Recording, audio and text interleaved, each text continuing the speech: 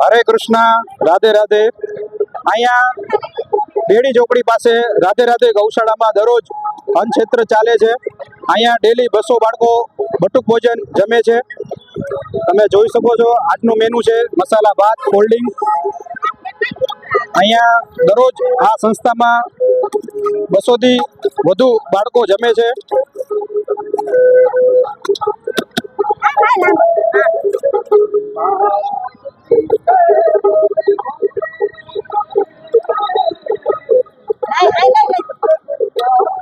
તો કોઈ પણ દાતાશ્રીને જમાડવાની ઈચ્છા હોય તો રાધે રાધે ગૌશાળાનો તમે સંપર્ક કરી શકો છો.